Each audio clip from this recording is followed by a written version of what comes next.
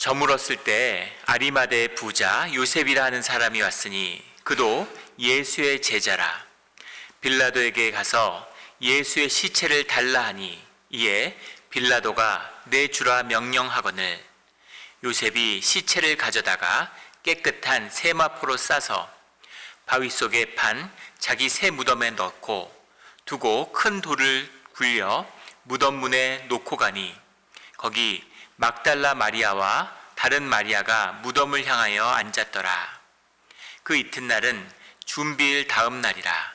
대제사장들과 바리새인들이 함께 빌라도에게 모여 이르되 주여 저 속이던 자가 살아있을 때 말하되 내가 사흘 후에 다시 살아나리라 한 것을 우리가 기억하노니 그러므로 명령하여 그 무덤을 사흘까지 굳게 지키게 하소서.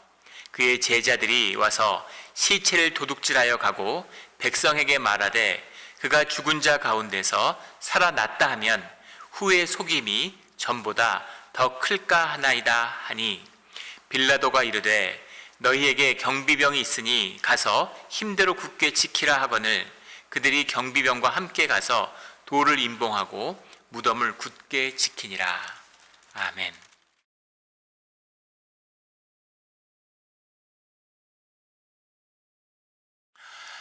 우리가 신앙의 길을 가다가 십자가를 만나게 되죠. 십자가를 만난다는 것은 십자가에서 예수님이 죽음을 만난다는 겁니다. 죽음을 만난다는 건 뭘까요? 죽음 가운데서 뭘 보게 되는 것일까요? 오늘은 그 죽음 안에서 무언가를 본 제자들의 이야기죠. 이 제자들이 본 그 죽음 안에 있는 비밀을 오늘 우리도 보게 되기를 소원합니다. 오늘 말씀 가운데 주님의 가르침을 영접하는 우리 모두가 되기를 주의 이름으로 축원합니다. 오늘 본문 말씀은 57절에 이렇게 시작합니다. 저물었을 때 아리마대의 부자 요셉이라 하는 사람이 왔으니 그도 예수의 제자라. 저물었을 때라고 하는 것, 그날 예수님이 십자가의 죽음 가운데 이제 오후 3시가 넘어서 예수님이 돌아가시고 이제 해가 저무는 그 시간이 다가오고 있는 것이죠. 그때 아리마대 사람 부자 요셉이라 하는 사람이 왔으니 그도 예수의 제자라. 숨어있던 예수님의 제자 아리마대 요셉이 그 십자가 앞에 찾아오는 것이죠. 그는 마가복음 15장 43절에 보면 존경받는 공회원이요 하나님 나라를 기다리는 자라 이렇게 소개하고 있습니다.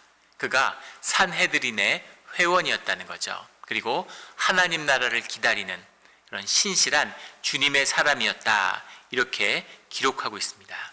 또 누가복음 23장 50절에는 공회의원으로 선하고 의로운 요셉이라 하는 사람이 있대. 그가 선하고 의로운 사람이었고 그들의 결의와 행사에 찬성하지 아니한 자라. 그가 이 공회가 예수님을 죽이는데 찬성하지 않았다라는 것을 밝히고 있어요.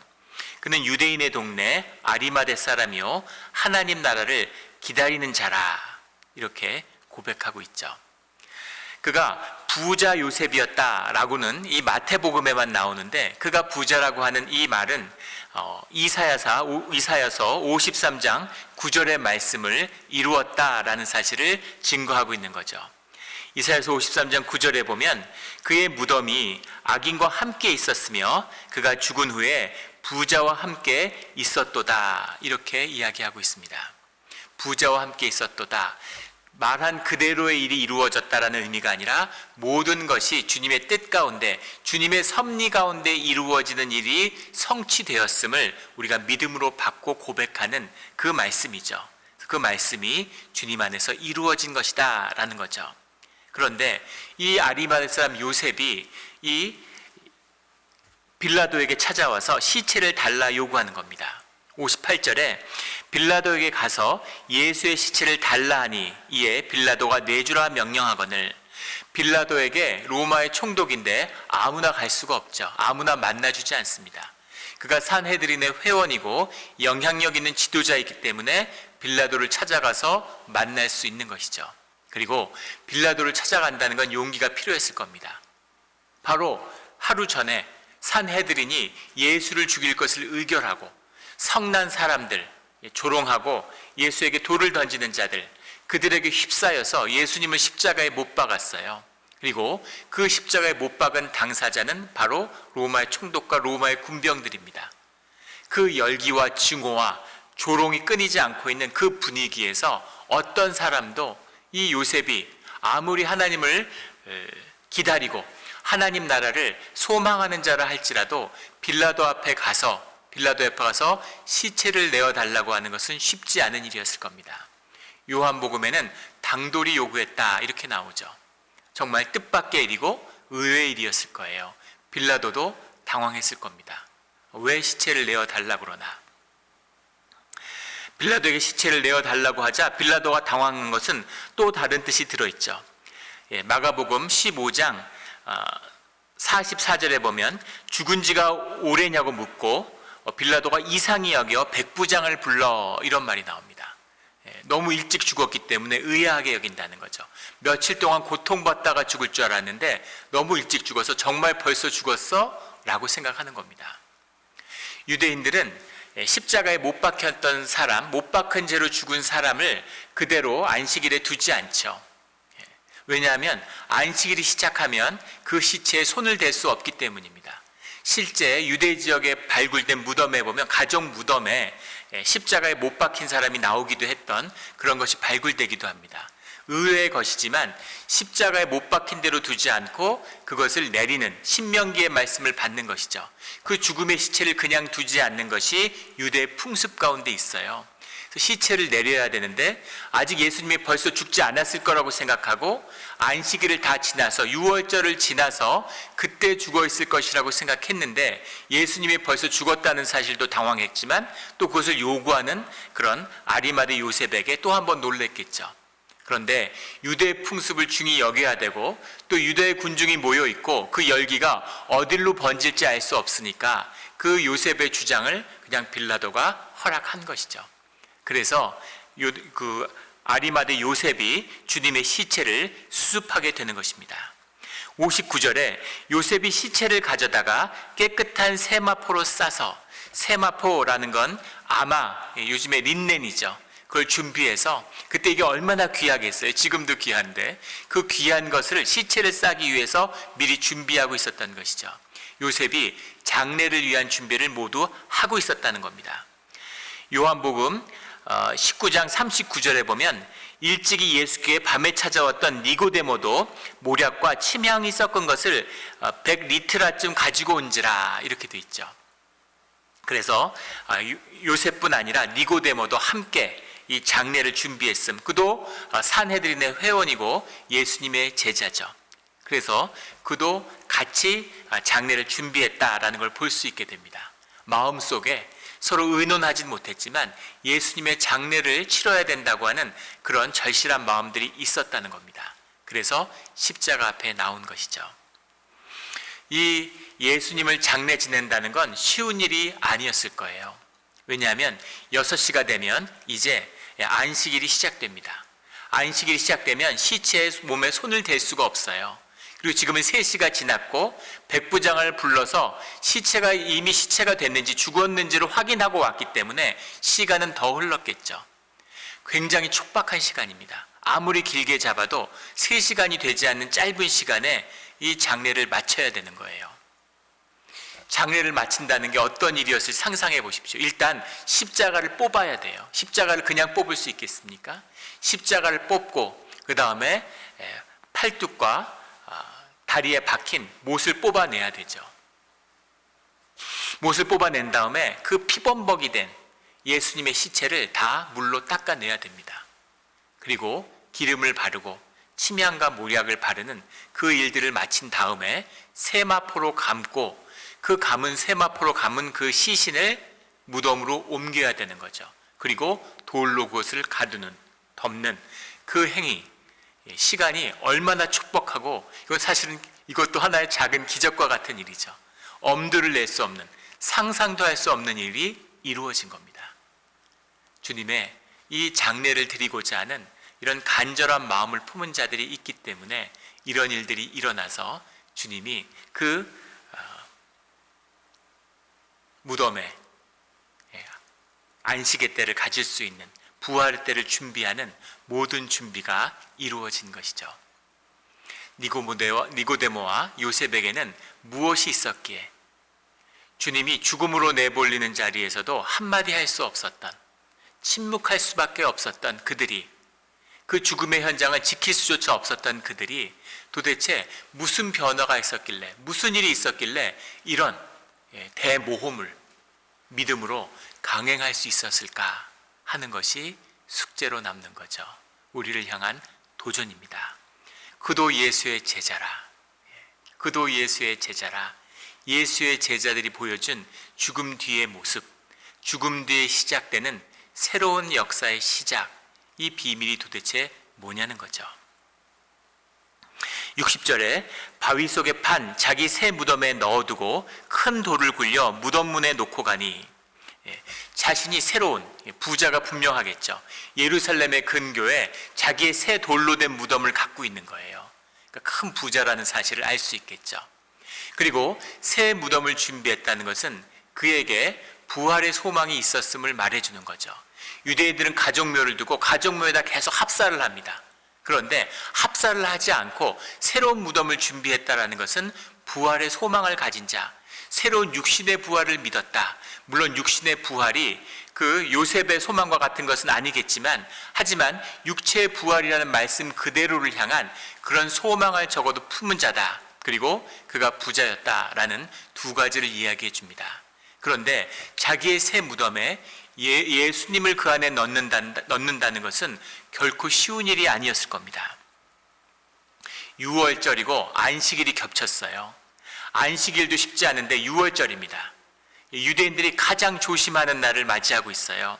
그런데 이방인을 접촉하고 빌라도를 찾아가서 이방인을 접촉하는 것도 꺼려지는 일인데 시체를 접촉하는 거죠. 그건 더 꺼려지는 일입니다.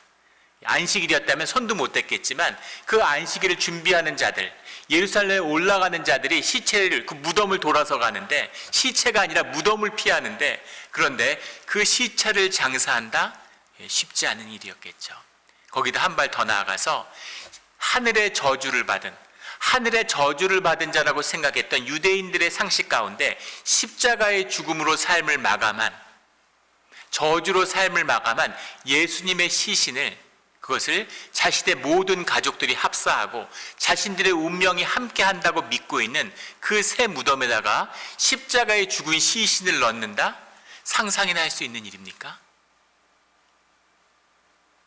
조그만 부정도 타고 싶지 않은 인간의 마음이 있는데 저주로 죽은 시체를 가져다가 안식일을 앞두고 자신이 부활의 소망 가운데 준비한 새 무덤에다가 예수의 시신을 넣는다?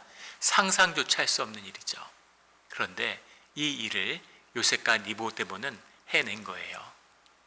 도대체 어떻게 이럴 수가 있었을까? 무슨 일일까 싶은 거죠. 다른 한편에는 그 죽음을 맞이하는 또 다른 사람들의 이야기가 나오죠. 그것이 62절부터 나오는 바리새인과 제사장들의 이야기입니다.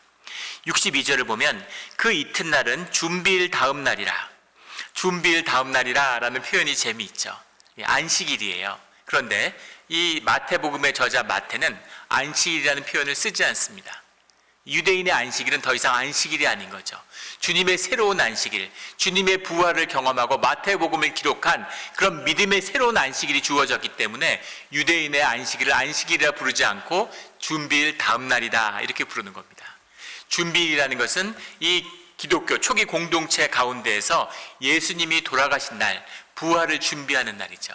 주님이 죽으신 날을 준비일 이렇게 불렀다고 합니다. 그래서 준비일 다음 날, 유대인의 안식일이고 6월절이죠. 그 날이 밝은 것입니다. 그런데 대제사장들과 바리새인들이 함께, 이제는 제사장과 서기관뿐 아니라 공회원들뿐 아니라 바리새인들까지 함께 다 몰려왔어요. 빌라도에게. 왜 같이 함께 몰려왔을까요? 뭘 봤길래? 십자가 위에 예수님이 없는 것을 본 것이죠. 6월절 기간에 손을 못 대니까 그 시체가 설령 죽은 것을 확인했지만 시간이 촉박하니까 장례를 못 지냈을 것이고, 그리고 안식일 기간 가운데 십자가에 매달려 있을 것이라고 생각했겠죠. 그래서 사람들의 조롱과 얼마나 비참한 죽음을 맞이하는지 그것을 보여주고 싶었을 겁니다. 저주로 낙인 찍고 조롱하고 싶은, 완전히 끝장을 내고 싶은 그런 마음이 있었겠죠. 거기에 만약에 사나흘 동안 매달려 있었으면, 유월절과 안식일이 끝날 때까지 매달려 있었으면 어떻게 됐겠습니까? 독수리들이 날아와서 시체를 쪼았겠죠. 들쥐들이 십자가를 타고 올라와서 시체를 파먹었을 겁니다. 그렇게 완전히 시체가 난자됐을 텐데, 그것을 한번 보여주고 싶었는데 아침에 나오니까 시체가 없는 것이죠. 당황한 겁니다. 그래서 빌라도를 찾아가고 그 자초지정의 이야기를 들었겠죠. 야, 너희 신명기의 말씀대로 와서 시체를 내달라고 그래서 내줬는데 뭐가 문제냐? 니들이 해달라고 공회원이 와서 요구했는데 내가 어떻게 십자가를 안 내주느냐? 허를 찔린 거죠. 생각도 못한, 채 3시간도 안 되는 시간에 장례를 치를 거라고는 상상도 못했겠죠. 그 일이 일어난 것을 보고 흥분한 제사장들과 바리새인들이 함께 빌라도에게 모여 이르되 63절에 주여라고 부르고 있는 겁니다. 안식일이에요. 그리고 6월절입니다. 여호와의 이름을 부르고 성전에 모여야 하는 날이고 1년 동안 기도를 준비해야 될 날인데, 그들 아침에 그들이 흥분해서 빌라도 이방인을 찾아간 것이죠. 그리고 빌라도에게 주여라고 고백하고 있는 거죠. 그들의 주는 빌라도고, 그들의 주는 세상이고, 그들의 주는 대적의 무리, 공중의 권세 잡은 마귀라는 사실을 분명히 보여주고 있는 거죠. 하나님을 찾아야 되는데, 여호와 하나님을 찾아야 되는데 그들은 빌라도와 로마의 권세를 찾고 있는 겁니다. 힘을 쫓는 자들, 세상을 쫓는 자들의 모습이죠. 여호와 하나님, 말끝마다 하나님 하나님 여호와 여호와 했는데 그들의 중심의 진실이 무엇인지를 드러내 보여주는 거죠. 이것이 십자가의 죽음 속에서 드러나는 또 다른 진실의 단면입니다. 교인들이 교회를 떠난다고 다들 난리예요. 다 어렵고 힘들어서 교회를 떠난답니다. 진짜 이상하지 않아요? 힘들고 어려우면 주님을 찾아야죠. 주님께 더 기도해야죠. 주님께 더 간구해야죠. 그런데 어렵고 힘들어서 교회를 떠난다고, 어렵고 힘들어서 교회를 찾지 않는다는 게 말이 됩니까? 사실은 하나님을 믿지 않는 것이죠. 하나님이 계시다는 것도 믿지 않는 겁니다. 내 힘으로 내 인생 살고 여가 시간을 선용하기 위해서 그래서 교회를 찾았던 거죠. 주님 주님 하나님 하나님 하다가 안식일날 주일날 이방인 총독을 찾아가서 그와 만나는 그 제사장의 무리들과 바리새인들의 모습이죠. 그들이 저 속이던 자가 살아있을 때 말하되 내가 사흘 후에 다시 살아나리라 한 것을 우리가 기억하노니, 저 속이던 자가, 그들이 거짓으로 거짓의 종교로 세상을 속여왔기 때문에 예수님을 속이던 자라고 부르는 겁니다. 자신들의 거짓에 비추는, 마치 거울에 비춰진 스스로의 모습처럼 그 종교의 거짓을 이 예수님에게 덧씌우고 있는 거죠. 그 속이던 자가, 그들이 사람들을 속였는데 자신들이 속였기 때문에 예수님도 속이는 것이다 라고 이렇게 이야기하는 모습을 보게 되는 거예요. 진실의 단면이죠. 64절에 그러므로 명령하여 그 무덤을 사흘까지 굳게 지키게 하소서. 그의 제자들이 와서 시체를 도둑질하여 가고 백성에게 말하되 그가 죽은 자 가운데서 살아났다 하면 후의 속임이 전보다 더 클까 하나이다. 종교 전문가들이라서 그 거짓의 흐름을 미리 짚고 있어요. 이런 일이 일어나면 어떡합니까? 상상도 못할 일이죠. 부활을 믿지 않는다면서 죽어서 사람들이 다 죽음을 지켜봤는데 십자가의 죽음으로 끝났는데 그것이 부활의 이야기가 되면 어떡하느냐라는 두려움을 갖고 있는 거죠. 사실은 그 죽음 가운데 그들이 본 것이 있는 겁니다. 마음속에 뭔가 깊은 두려움이 있는 거예요. 부활에 대한 두려움을 가지고 있는 거죠. 부활이 없다면, 이 제사장들은 다 사두개인들입니다.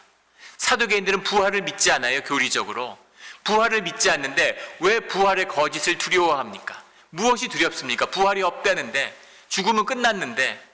그런데 뭔가 두려운 거죠. 굉장히 두려운 겁니다.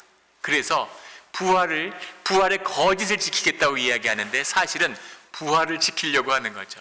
부활을 막고 싶은 것이었겠죠. 이것이 이 제사장들과 바리새인의 진실이라는 것을 드러내 보여주고 있습니다.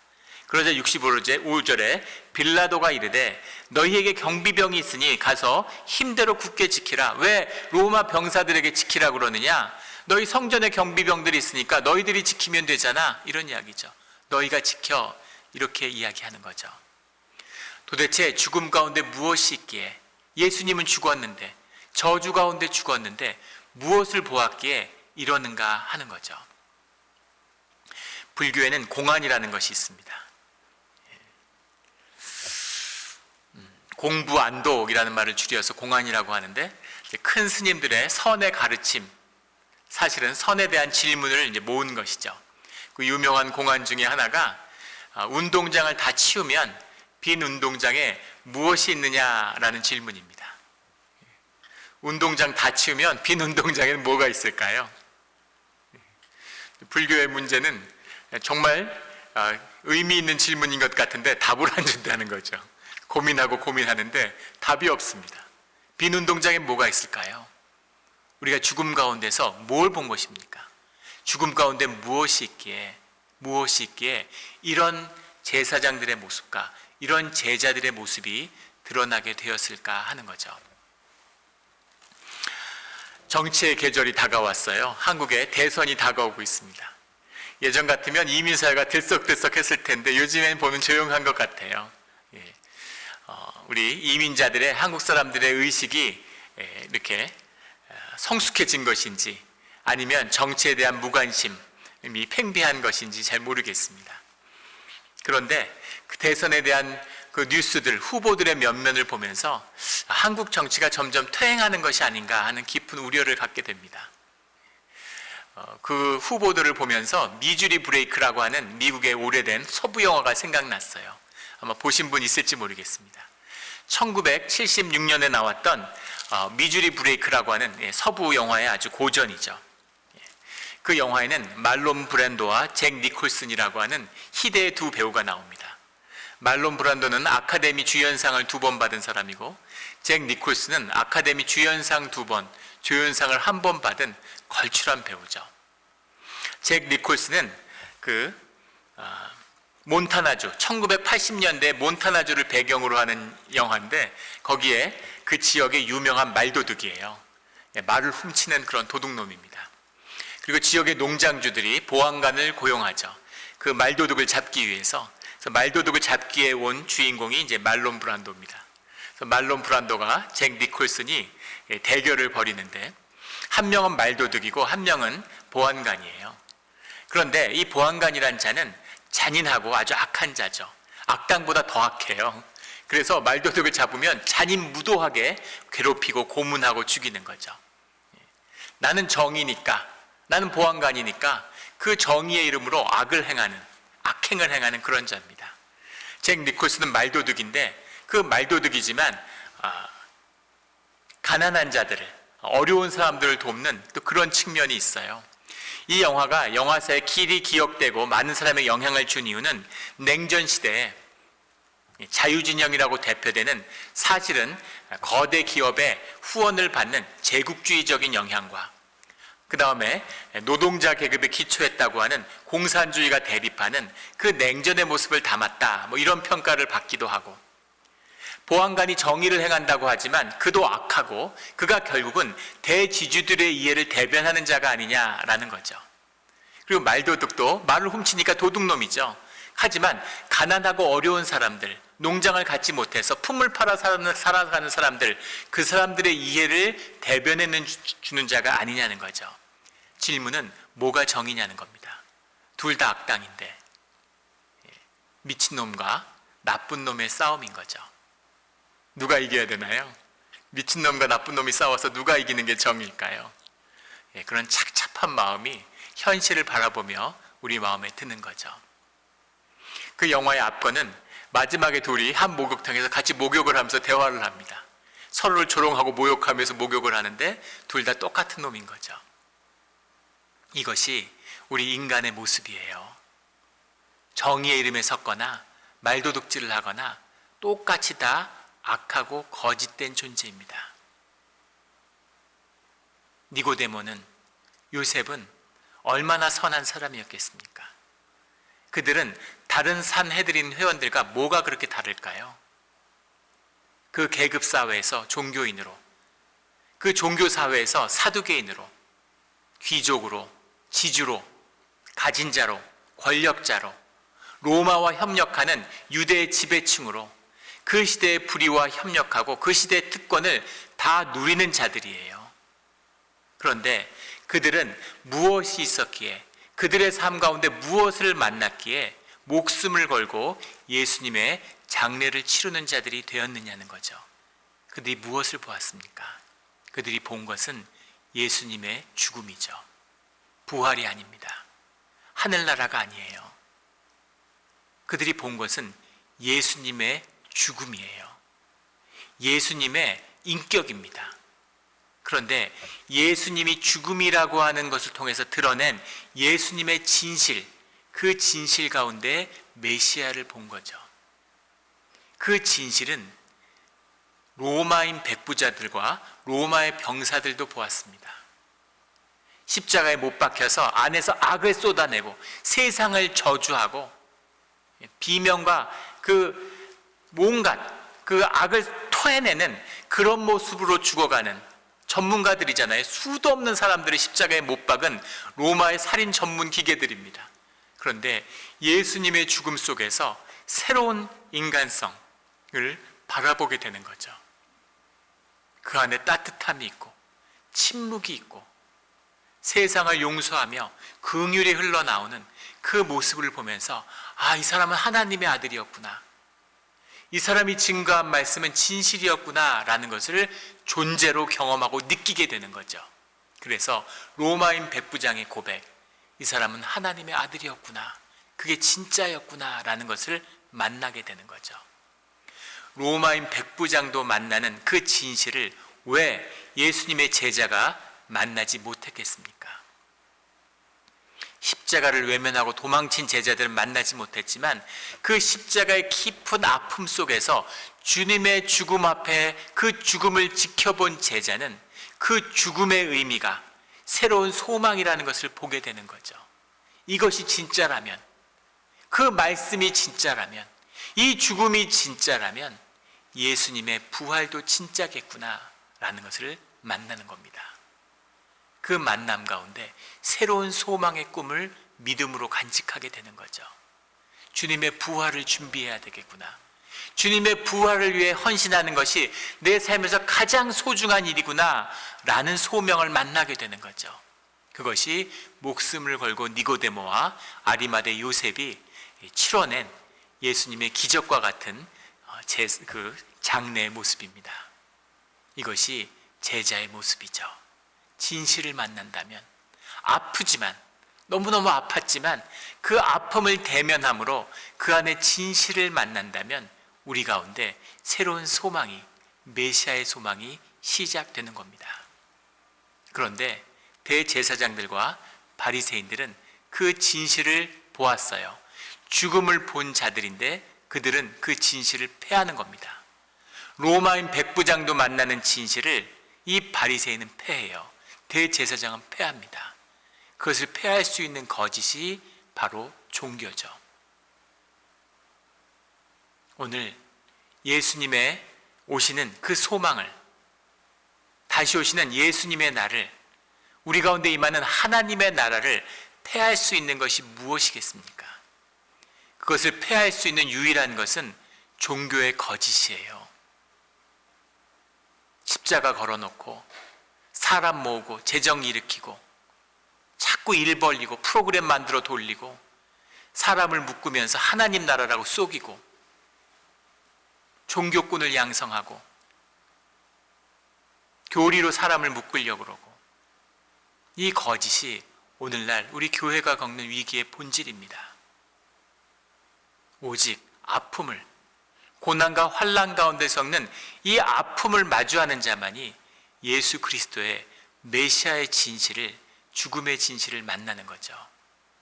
고통 가운데 진실을 만남으로 보이지 않지만 부활을, 하나님 나라의 꿈을 삶의 소명으로 받는, 그도 예수의 제자라, 그도 예수의 제자라, 나도 예수의 제자가 되는 그런 오늘 우리의 기도의 자리, 우리의 예배의 자리가 되기를 예수 그리스도 이름으로 축원합니다. 기도드리겠습니다. 하나님 아버지, 감사합니다. 십자가에 죽은 하나님을 만나면서 삶의 소망이 다 끊어진 것 같았는데 한없이 초라하고 한없이 무기력하며 내 삶에 아무 도움이 되지 않는 것 같은 그런 하나님의 죽음 앞에서 하나님을 사랑하며 하나님이 나에게 여전히 소중한 분임을, 그 시체를 세마포로 감아 내 새 무덤에 모시고 싶은 그 우리 마음 가운데 그런 진실이 있음을 보여주셔서 감사합니다. 주님, 십자가를 마주하게 하여 주시옵소서. 그 죽음을 맞이하게 하여 주시옵소서. 그 고통이, 그 아픔 가운데 주님의 죽음이 우리의 진실이 되어서 주님의 부활 가운데 연합하는, 주님의 새로운 생명을 살아가는 그런 참된 참 신앙인이 되게 하여 주시옵소서. 감사드리며 예수 그리스도의 이름으로 기도드렸습니다. 아멘.